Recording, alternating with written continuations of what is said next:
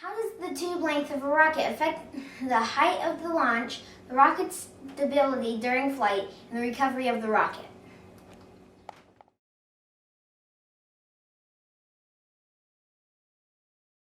The length of a rocket should affect the flight path of the rocket. If the rocket length is too short, it should make a short zigzagging path. If it is too long, it should make almost big curving paths. And if the rocket is just right, which is a diameter to length ratio of 1:14, it should go almost straight up.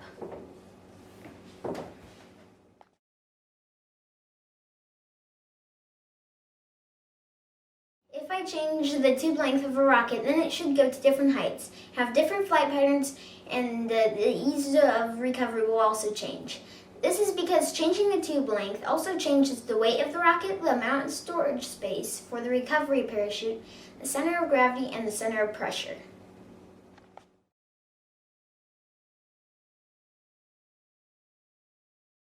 For my experiment, I changed the length of the body tubes of a rocket. I had a 3-inch tube, an 8-inch tube, a 13-inch tube, and an 18-inch tube.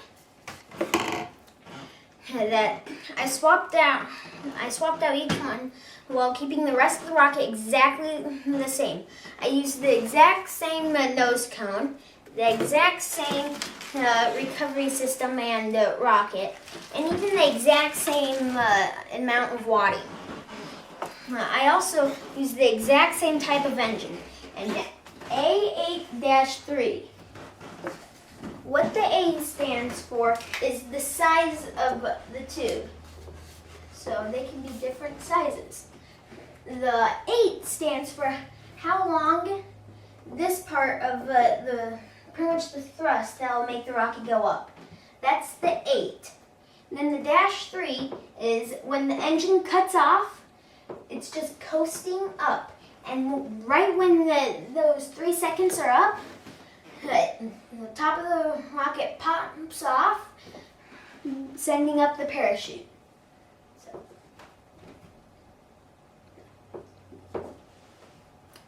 Then, how I measured the height for the rockets is I used a altimeter nose cone, and how that works is you turn it on, and then it starts blinking. And when the rocket launches up, it goes until right when the top pops, right when the engine part pops the top off, and that right here, and then this also comes out, and it starts a timer. And the timer is going all the way until right when it hits the ground.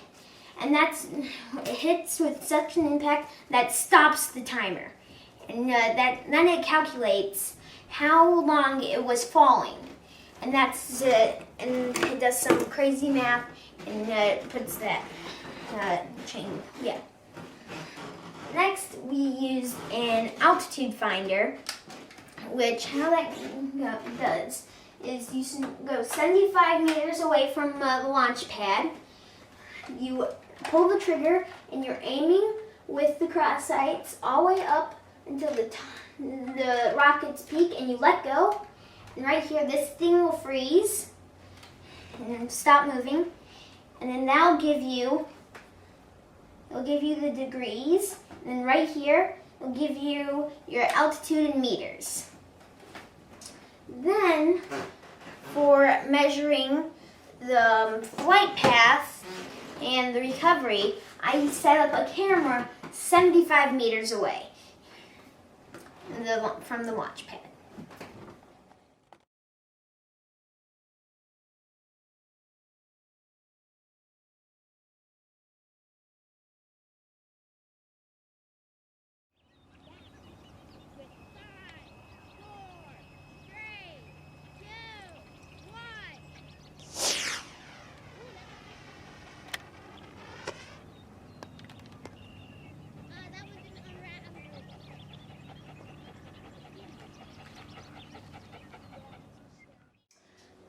For the 3-inch tube, in the video that you just saw, the flight path was more of a short wobble, almost like zigzags, and it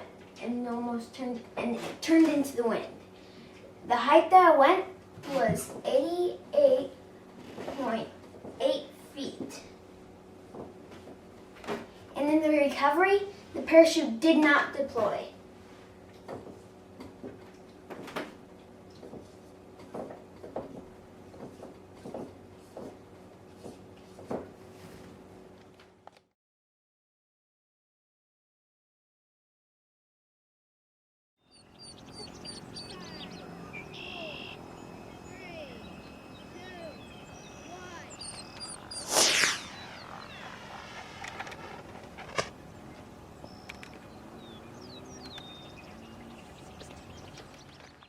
On the 8-inch rocket, the flight path, as you saw, went straight up and straight down.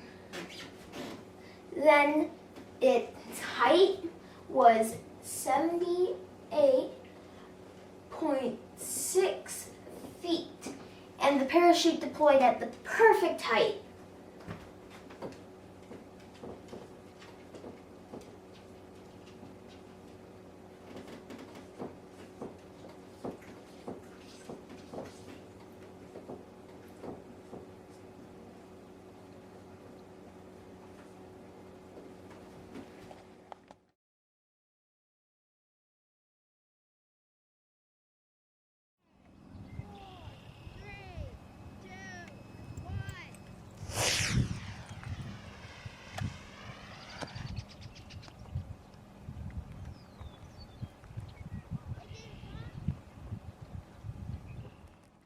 On the 13-inch rocket, it went on wide wobbles and came down with the wind. Then its height was 65 feet exactly. And on this one, the parachute did not deploy and it came down at an angle.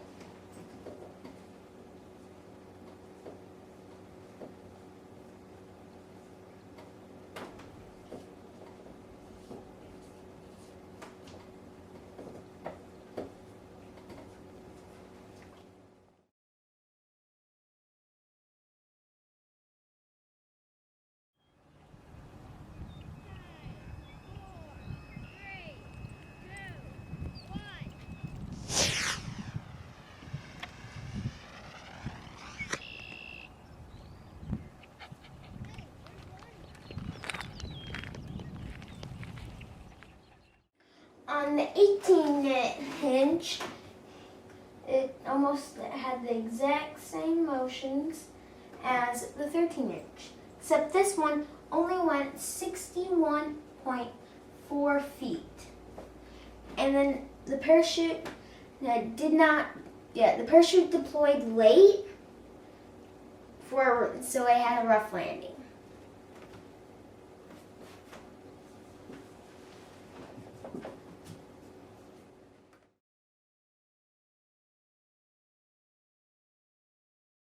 In conclusion, the rocket tube length does make a difference. The shorter the tube, the higher the rocket will go, but it wobbles in flight and it leans into the wind. The parachute will not be able to deploy effectively because of the small tube size. At the optimal tube length, the rocket may not go quite as high, but it will fly straight up and come straight down. Back down. The parachute will deploy properly for a safe recovery. The longer tube lengths did not go as high, yet they had a slow wobble in flight and leaned away from the wind. The parachute did not deploy at all, or deployed too late to make for rough landings both times.